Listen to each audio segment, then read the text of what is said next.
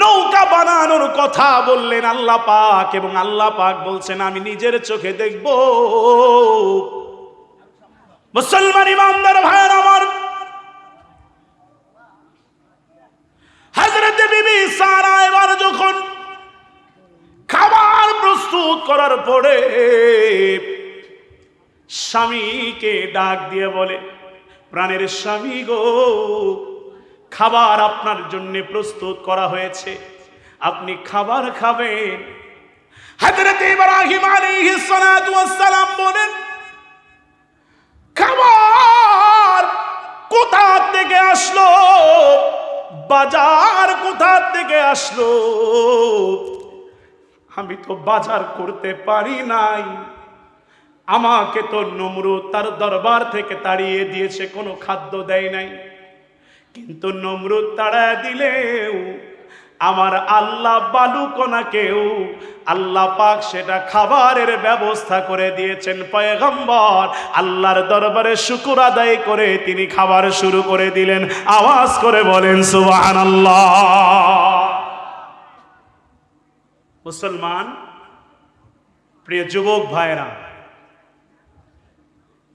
আল্লাহ পাক রব্বুল আলামিন পৃথিবীতে এমন ভাবে খাদ্যের ব্যবস্থাপনা করেন,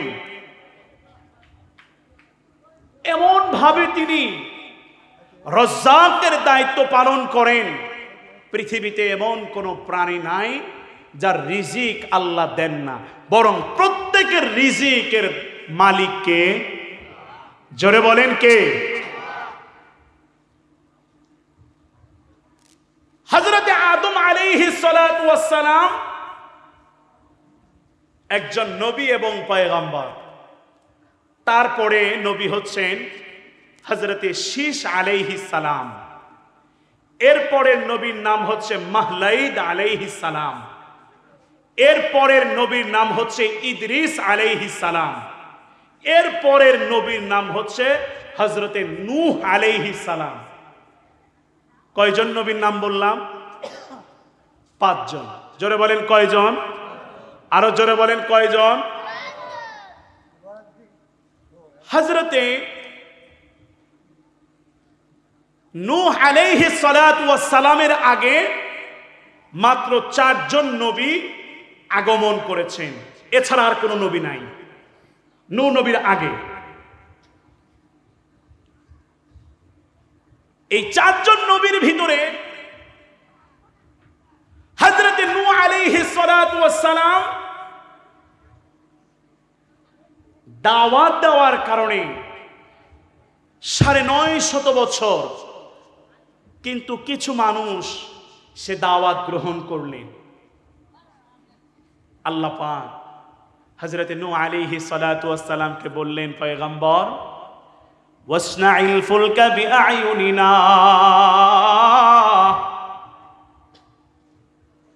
মুসলমান ইমানদার ভাইয়েরা আমার,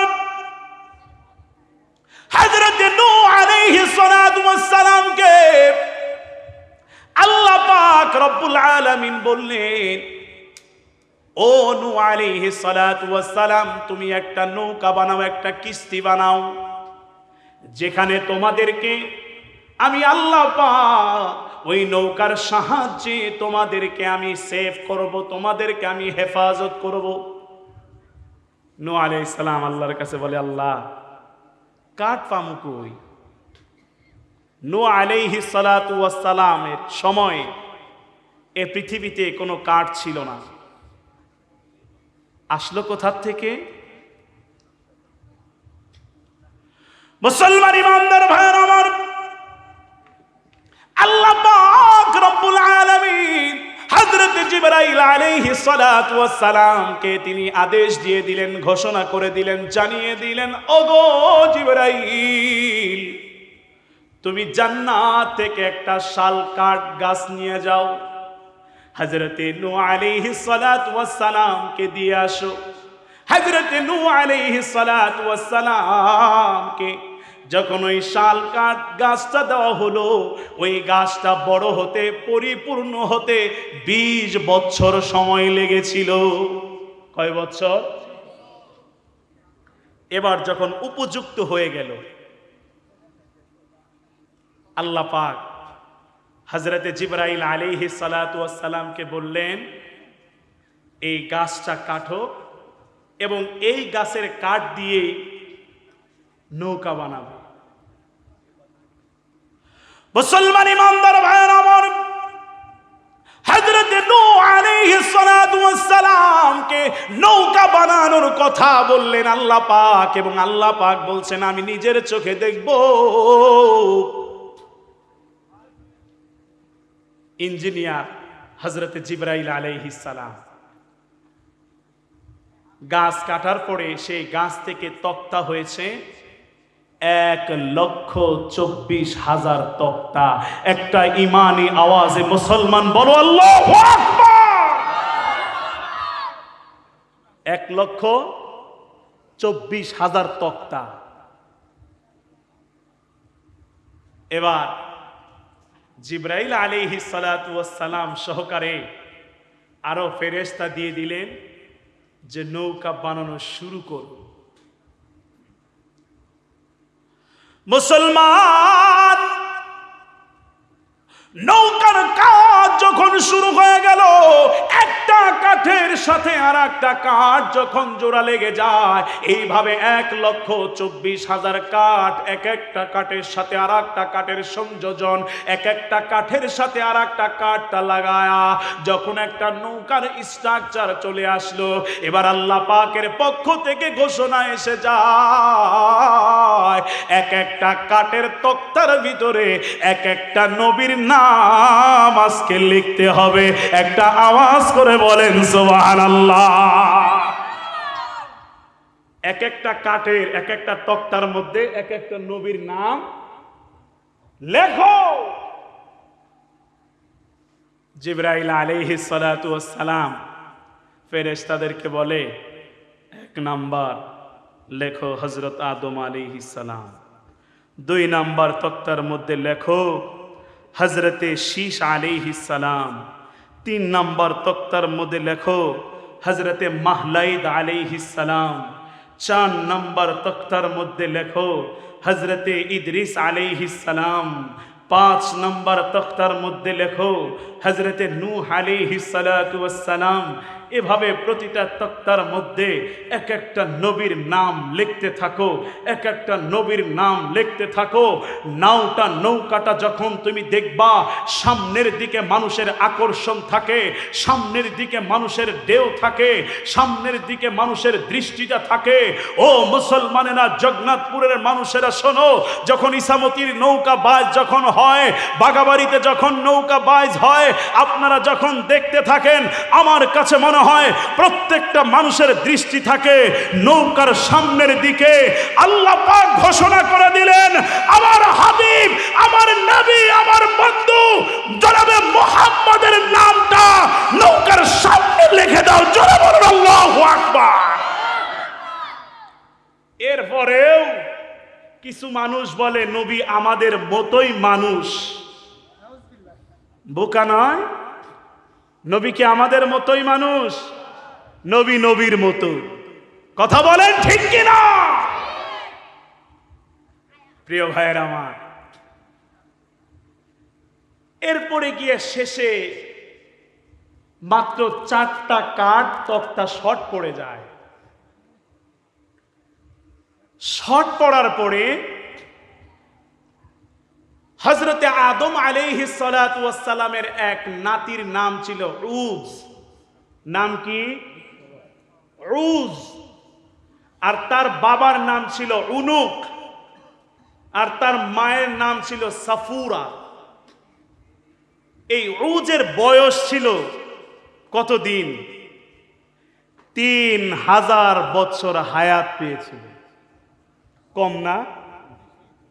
অনেক কম না? 3000 বছর হায়াত পেয়েছিল। হায়াতটা কম না বেশি? 3000 বছর হায়াত পেয়েছিল। তার হাইট লম্বা ছিল কেমন? কিতাবের ভিতরে এসেছে তিনি 3.5 কিলোমিটার লম্বা ছিল। জগন্নাথপুরের শেষ মাথার থেকে এই মাথার থেকে ওই মাথা পর্যন্ত আমার মনে হয় 3 কিলোমিটার হবে কি হবে না সন্দেহ আছে। এই কথা কোন ঠিক কিনা? কিন্তু এই উজ তার লম্বা হাইট ছিল 3.5 কিলোমিটার, আর পাশ ছিল 1 কিলোমিটার। আমরা যেরকম প্রতিটা মানুষ 3.5 হাত, দেখবেন পাশ কিন্তু 1 হাত। কথা ঠিক না? কথা ঠিক না ব্যাটি? তো ওনার হাইটটা 3,500 কিলোমিটার আর পাশ হচ্ছে 1 কিলোমিটার। আমার এই ঘটনাটা বলার উদ্দেশ্য হচ্ছে, আল্লাহ পাক যখন রিজিকের মালিককে খুশি না করে কেউ যদি শুধু রিজিকের পিছনে দৌড়ায়, রিজিক পাবে কিন্তু রিজিকের বরকত পাবে। কথাটা কি বুঝাইতে পারছি বাবা? মুসলমান ইমানদার ভাইয়ের আমার, ও যখন 3,500 বছর তিনি হায়াত পেয়েছিলেন, আর তার লম্বা ছিল 3 কিলোমিটার, পাঁচটা ছিল 1 কিলোমিটার। কাঠ এবং তক্তা যখন 4টা শর্ট পড়ে গিয়েছে, হযরত নূহ আলাইহিস সালাতু ওয়াস সালাম হযরত জিবরাইল আলাইহিস সালাতু ওয়াস সালাম কে বলে, এই কাঠটা এখন আমি কোথায় পাবো, কোন জায়গায় গেলে পাবো? হযরত জিবরাইল আলাইহিস সালাতু ওয়াস সালাম নবী পয়গম্বরকে বলে, ও পয়গম্বর, কোনো টেনশন করো না, কোনো চিন্তা করো না, তোমার এই জামানার ভিতরে হযরত আদম আলাইহিস সালাতু ওয়াস সালামের এক নাতি আছে, তার নাম হলো উজ।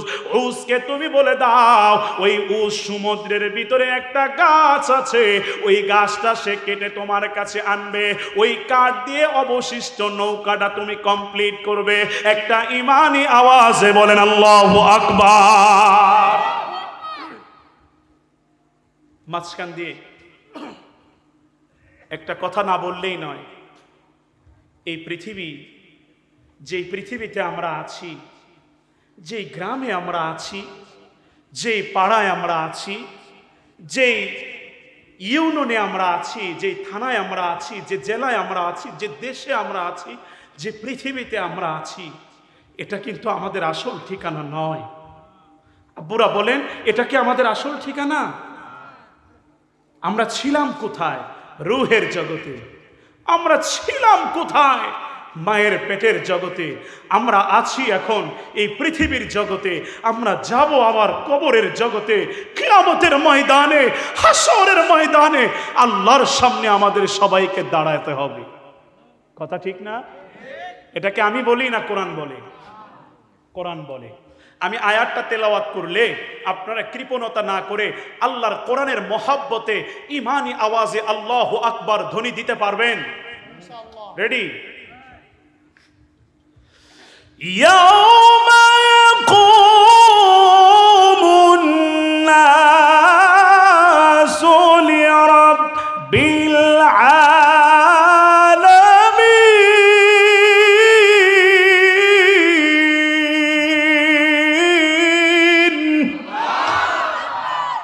আচ্ছা পুরা কোরআনের তেলাওয়াত কি খারাপ লাগে?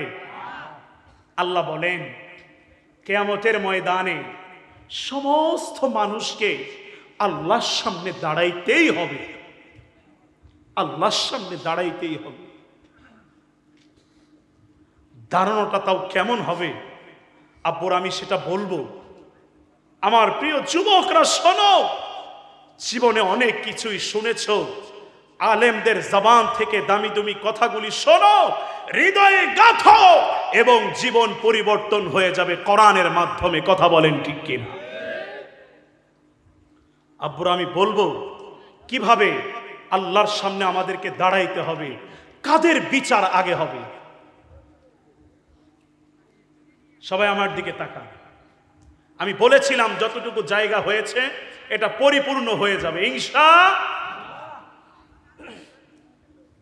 আমি মন থেকে সব জগন্নাথপুর, উত্তরপাড়া এবং জগন্নাথপুর নয়, আমার এই নারী ছেঁড়া ধন, আমি এই উত্তরপাড়ার সন্তান, আমার হৃদয়ে অনেক বড় একটা স্বপ্ন, যেই জগন্নাথপুর উত্তরপাড়া কেন্দ্রীয় ঈদগাহ মাঠ, যেরকম এই গ্রামের কেন্দ্রীয় ঈদগাহ মাঠ, এই জগন্নাথপুর উত্তরপাড়া কেন্দ্রীয় ঈদগাহ মাঠে এমন একটা মাহফিল হবে, পুরা থানার মানুষ পঙ্গপালের মতো, যেরকম আমাদের খানকা শরীফের মাহফিলে শুধু থানা নয় জেলা থেকেও মানুষ আসে, শুধু তাই নয় নিয়ামতগঞ্জে যেরকম অনেক থানার থেকে মানুষ আসে।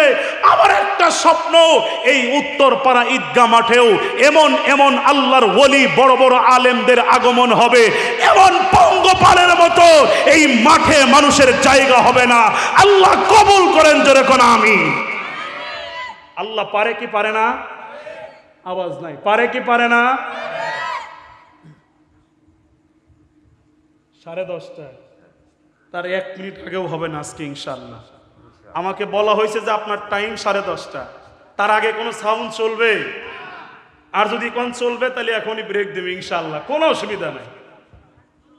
কারণ আমাকে 10:30 বলছে, 10:30টার ওয়াজ আমি গুছায় আনছি। মাঝখানে থামায় দিলে আমার মনের কথা আপনাদেরকে বলতে পারবো না। দাদা কি কন কমু? আর যদি কও যে না তুমি সভাপতি, যে থাক না তুই, আজকে দাদার কথা মানতেই হবে। দাদা কও কি চলবো? আচ্ছা আলহামদুলিল্লাহ। কন মুসলমান ইমানদার ভাইয়ের আমার, মনোযোগ অন্য দিকে নয়, আমার দিকে তাকান গো। এবার উজকে যখন হযরতে নূহ আলাইহিস সালাতু ওয়াস সালাম, আল্লাহ পাক হযরতে নূহ আলাইহিস সালাতু ওয়াস সালামকে বলে দিলেন, পয়গম্বর আপনি উজকে বলেন, উজকে বলবেন ওই সমুদ্রের তলে একটা গাছ আছে, ওই গাছটা তাকে উত্তোলন করতে পৃথিবীর কোনো মানুষ এই সক্ষমতা রাখে না। উজের ভিতরে যে শক্তি আছে, উজের যে পাহলওয়ানি শক্তি আছে, উজকে তুমি যদি রাজি করাইতে পারো, ওই কাঠটা দিয়েই তুমি তোমার নৌকাটা কমপ্লিট করবে। সবাই আমার দিকে তাকান। এবার উজ কি করলো? হযরতে নূহ আলাইহিস সালাতু ওয়াস সালাম উজকে ডাকলো, ওই এদিকে আসো। কয় আসলাম। কয় সমুদ্রের গভীরে একটা গাছ আছে, সেটা কিন্তু তোমাকে তুলে আইনে আমাকে দিতে হবে, আমি সেই কাঠ দিয়ে বাকি নৌকাটা আমি কমপ্লিট করব। কয় ঠিক আছে।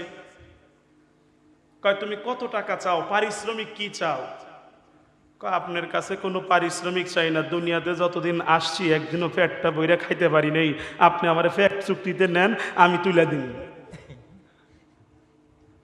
কি চুক্তিতে? মানে খাওনটা ঠিক মতো ডক মতো দিয়ে, আমার টাকা লাগবে না। মুসলমান ইমানদার ভাইয়ের আমার, হযরত নূহ আলাইহিস সালাতু ওয়াস সালাম উজকে বলে, উজ তুমি যত টাকা চাও তোমাকে টাকা দেব, তুমি খাবার চাও তোমাকে খাবার দেব। উজ এবার বলে, পয়গম্বর আপনার সব কথা মানি, জীবন ভরে অনেকে অনেকের কাজ করে দিয়েছি, কিন্তু মাগার পেট ভরে আজ পর্যন্ত কেউ খাওয়াইতে পারে নাই, না খায় আপনার কাজ করতে রাজি না। আগে খাওন দেন, আগে আমারে খাওন দেন, তারপরে হইলো কাজ। এরকম বহুত লোকই কইছে যে কাজটা করে দাও, তোমার পেট ভরে খাওয়ামু, এখন খাইবার দিয়ে দেখা যায় যে আমার খাওয়ানো হয় না, এজন্য আমার টাকা লাগতো না, কিন্তু আমার পেট ভরে খাওয়ান দেন।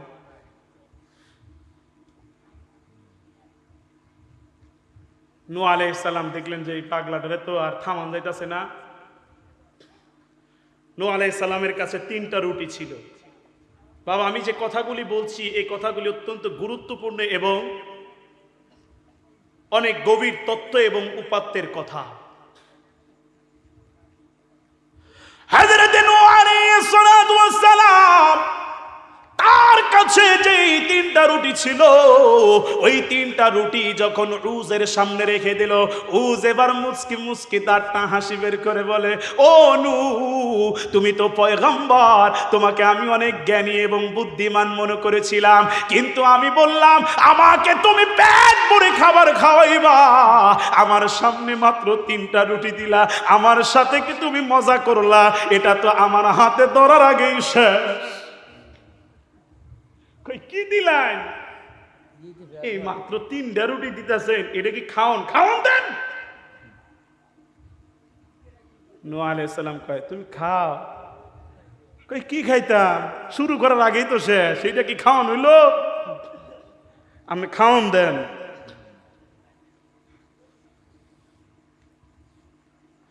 মুসলমান ইমানদার ভাইয়ের আমার, হযরত নূহ আলাইহিস সালাতু ওয়াস সালাম এবার যখন উসকে কোনোভাবেই মানাইতে পারে না, কোনোভাবেই রাজি করাইতে পারে না, কোনোভাবেই তাকে যখন ম্যানেজ করতে পারে না, এবার হযরত নূহ আলাইহিস সালাতু ওয়াস সালাম আল্লাহ পাকের কাছে সাহায্য চাওয়ার পর হযরত নূহ আলাইহিস সালাতু ওয়াস সালাম উসকে বলে, ও উস, তুমি বিসমিল্লাহির রহমানির রহিম বলে একটা রুটি তুমি খাওয়া শুরু করো। তুমি খাওয়া শুরু করো, শেষ করতে তুমি পারবা না, কারণ আমাদের সকলের রিজিকের মালিক কে? আর জোরে বলেন কে? উস কয় হাসি দিছে, এরকম মুখটা বইরা সব দাঁত বাইর করে উস হাসি দিছে। নূহ আলাইহিস সালাম তাকায় দেখে যে উজের এই দাঁতের গোড়ায় বাইজে আছে মিনিমাম 300 রুটির মতো। কয়টা রুটি? প্রায় 300 রুটির মতো দাঁতের ফাঁকেই লাগে রইছে। আর নূহ আলাইহিস সালাম তারে খাইবার দিছে কয় রুটি? উজ দাঁত ভাই করে আসে, কয় একটু আমার দাঁতের দিকে তাকান, কয়টা রুটি আমার দাঁতে বাইজে রইছে, আর আপনি আমারে মাত্র 3টা রুটি দিছেন। আপনি কি আমার সাথে মস্করা করেন? মুসলমান ইমানদার, হযরত নূহ আলাইহিস সালাতু ওয়াস সালাম উজকে বলে, তোমার আমি সব কিছু দেখতে পেরেছি, তুমি যেইভাবে হাসি দিয়েছো আমি তোমার দাঁতের ফাঁকের 200 থেকে 300 রুটির মতো আমি দেখতে পেয়েছি, তাতে কোনো অসুবিধা নাই। বিসমিল্লাহির রহমানির রহিমের ভিতরে 19টা অক্ষর আছে, 19টা হরফ আছে। তুমি জানো না এই পৃথিবীকে যদি এক পাল্লায় রাখা হয়, বিসমিল্লাহর পাল্লা মিজানের পাল্লায় কিয়ামতের ময়দানে ভারী হয়ে যাবে। এই জন্য বিসমিল্লাহর অনেক দাম। তুমি বিসমিল্লাহির রহমানির রহিম বলে শুরু করো। আল্লাহু আকবার। মুসলমান বলো। ওস কয় খামু, কয় হ্যাঁ শুরু করো, তবে বিসমিল্লাহির রহমানির রহিম বইলা শুরু করো। পাইলে আর খাওয়া শুরু করো না ইহুদি খ্রিস্টানদের মতো, নাসারাদের মতো। নবীর সুন্নাহ হইল খাবার খাইবা তো দস্তরখান বিছায় নাও, নবীর সুন্নত। ও মুসলমান, আজকে আপনারা যারা এখানে উপস্থিত হয়েছেন, আমার যতগুলি মা বোন আজকের এই মাইকের আওয়াজ থেকে আওয়াজ শুনতে পাচ্ছেন, মা গো তোমার পায়ে ধরে বলি, বাবা গো তোমারও পায়ে ধরে বলি, আজকের থেকে নিয়ত করো দস্তরখান ছাড়া কোনো খাবার খাবো না। ইনশাআল্লাহ কয় না রে? আরে জোরে মাতুন না করে। মনে করেন এটা খুব সহজ জিনিস, করলে করলাম, না করলে নাকি। ও জগন্নাথপুরের মুসলমানেরা শোনো শোনো, নবীজি হাদিস শরীফের ভিতরে বলেছেন, কেউ যদি একটা সুন্নতের জিন্দা করে, গলা কাটা শহীদ যখন আল্লাহর রাস্তায় শহীদ হয়ে যায়, ওই শহীদের মর্যাদা একটা সুন্নতের আমল করলে আল্লাহ দিয়ে দেয়। শহীদ তো হইতে পারি না, অন্তত দস্তরখানে খাবার তো খাইতে পারবো। আল্লাহ কি সবাইকে শহীদ হিসেবে কবুল করে? সবাইকে কবুল করে না বাবা, আল্লাহ সবাইকে কবুল করে না।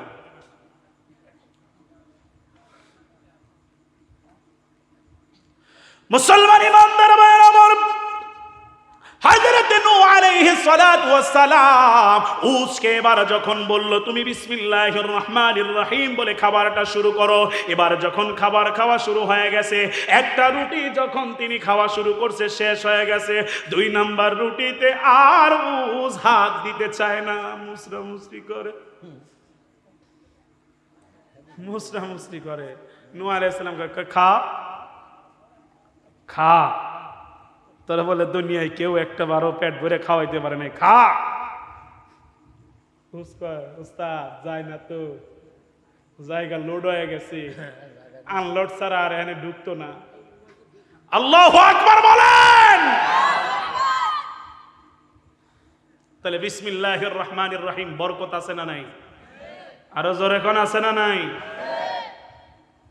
মুসলমান ইমানদার ভাইরা আমার, এভাবে একটা রুটি খাওয়ার পর হযরত নূহ আলাইহিস সালাতু ওয়াস সালাম উসকে লক্ষ্য করে একবার বলেছিল খা, দুইবার বলেছিল খা, তিন নাম্বার বার যখন বলে উস তখন লজ্জায় শর্মিন্দা হইয়া আর একটা রুটি কোনো মতে অর্ধেকটা টেনেছে।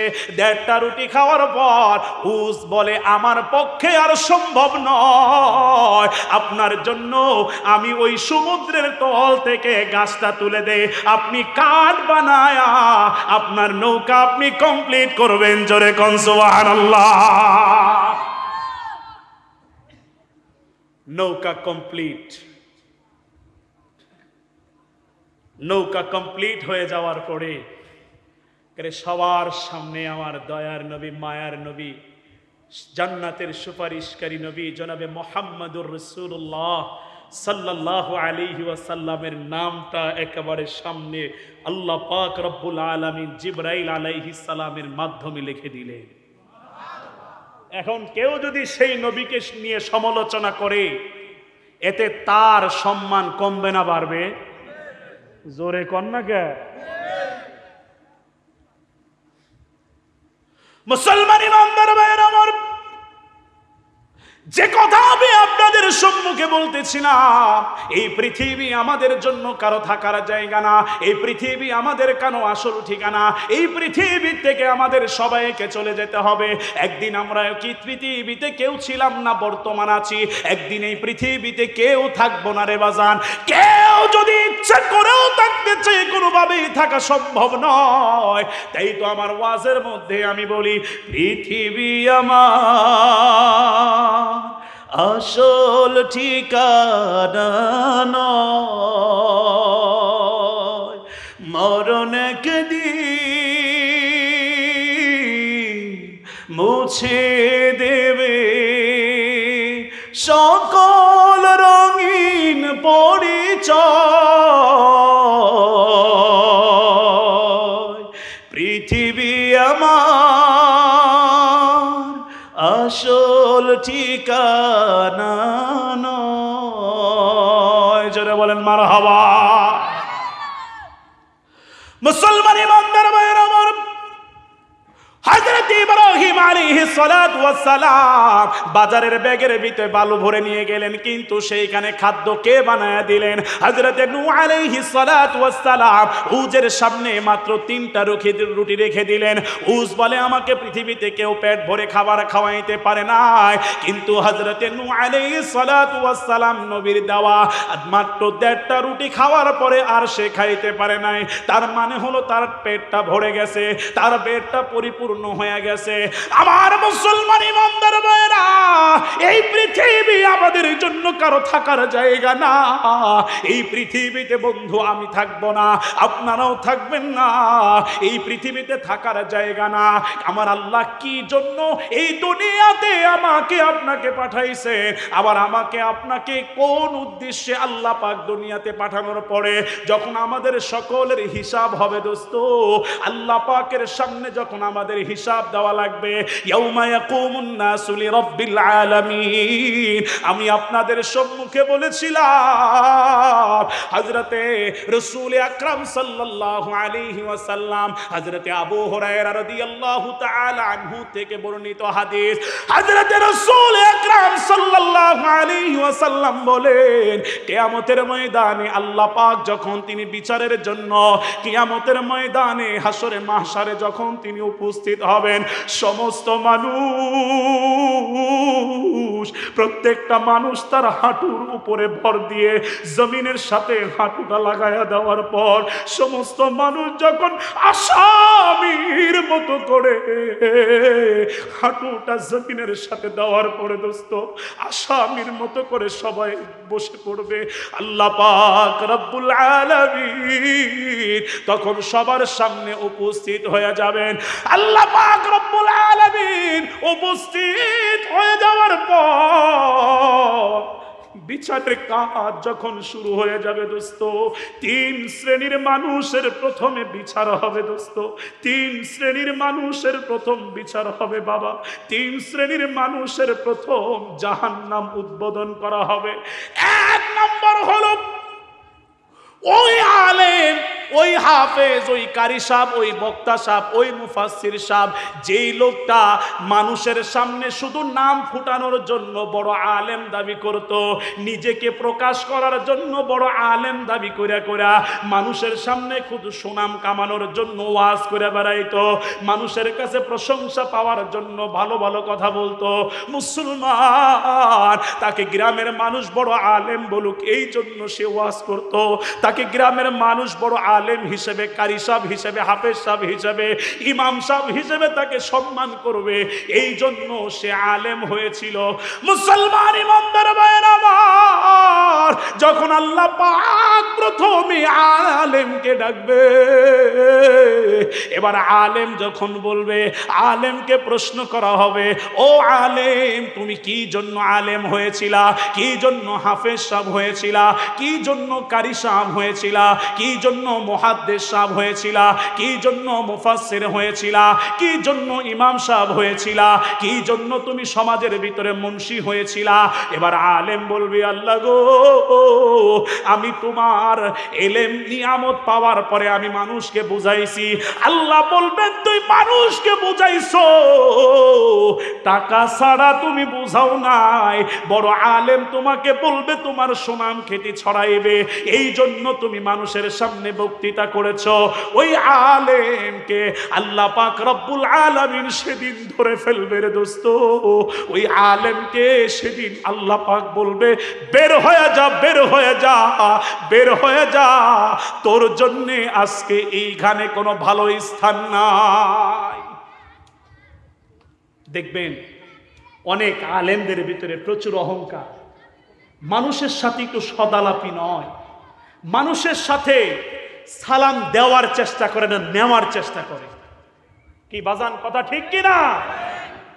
সালাম নেওয়ার চেষ্টা করে, দেওয়ার চেষ্টা করে না। আবার নামের আগে কত টাইটেল, কোকিল কণ্ঠস্বর, বক্তার সম্রাট, কুতুবে আলম, কুতুবে রব্বানি। আরে বাপ রে বাপ, টাইটেল কইতে কইতে 10 মিনিট শেষ। কথা কন ঠিক কিনা?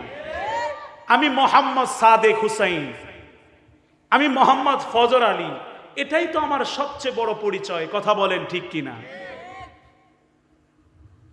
এজন্য সে আলেমকে বলবে, তুমি মিথ্যা বলছো। যখন মানুষ যুক্তি দিবে যে না, আমি মানুষকে সৎ পরামর্শ দিয়েছি, ভালো কথা বলেছি, আমার উদ্দেশ্য ভালো ছিল, তখন আমাদের প্রত্যেকের সাথে 2টা গোয়েন্দা আছে না নাই? আছে। আল্লাহ বলে, কিরামান কাতিবিনা ইয়া'লামুনা মা তাফআলুন।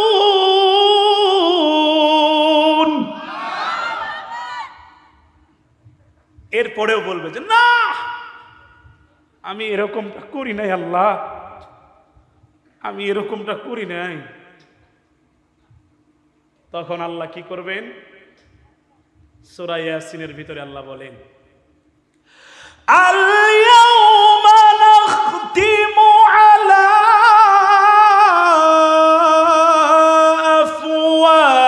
আফওয়াহিহিম ওয়া তুকাল্লিমুনা আইদিহিম ওয়া তাশহাদু আরজুলুহুম বিমা কানু ইয়াকসিবুন।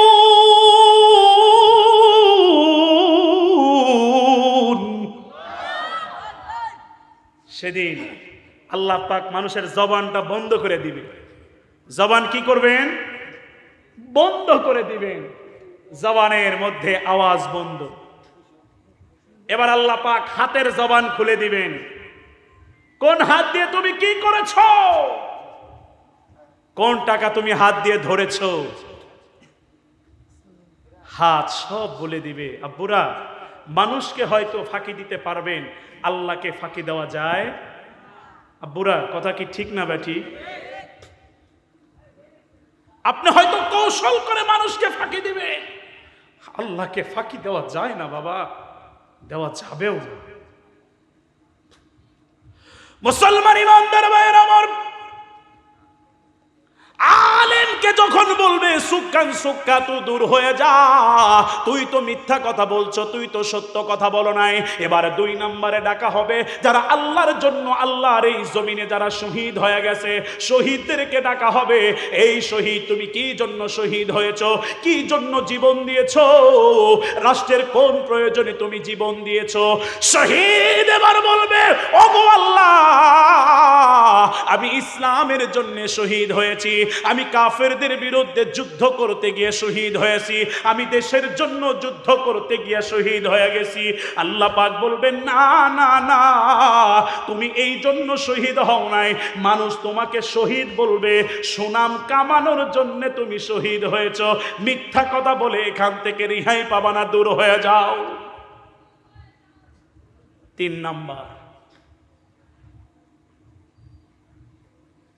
আব্বুরা, দুনিয়াতে মানুষ অনেক কিছুই করতে পারে, বিশেষ করে একটি কথা না বললেই নয়, সমাজের ভিতরে যারা বিচারক, সমাজের ভিতরে যারা মাতবর, সমাজ বিনির্মাণে যারা সমাজকে সুন্দর রাখবার জন্যে যারা সমাজের মাথা, তারা অনেক চেষ্টা করেন, কিন্তু চেষ্টা করতে গিয়ে অনেক সময় অনেক পরিবারের কাছে জিম্মি হয়ে যায়, অনেক খারাপ মানুষের কাছে থেমে যায়। কথা বলেন ঠিক কিনা? কোরআনে আল্লাহ কি বলেন বলবো? আব্বুরা, এটা আমার কথা না, সূরা মায়েদার 44 নম্বর আয়াত থেকে আপনাদেরকে শোনাচ্ছি। ওয়ামান লাম ইয়াহকুম বিমা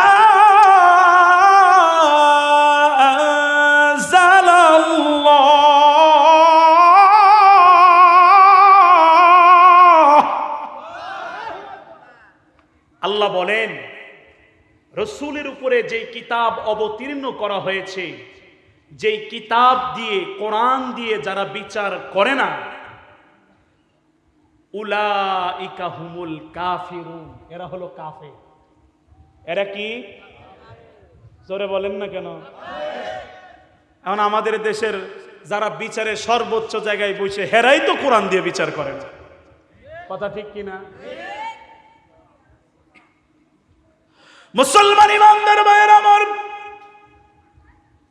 1 নাম্বার তো বললাম, কিয়ামতের ময়দানে প্রথম আলেমের বিচার করা হবে। হ্যাঁ, আলেমকে বলা হবে তুমি দূর হয়ে যাও। 2 নম্বরে বিচার করা হবে শহীদদেরকে। বিচার করার পরে শহীদদেরকে বলা হবে তুমি মিথ্যা বলছো, তুমি সুনাম খ্যাতি কামানোর জন্য মানুষ তোমাকে শহীদ বলবে, তোমার দেশের ভিতরে সুনাম হয়ে যাবে, এই জন্য তুমি শহীদ হয়েছো।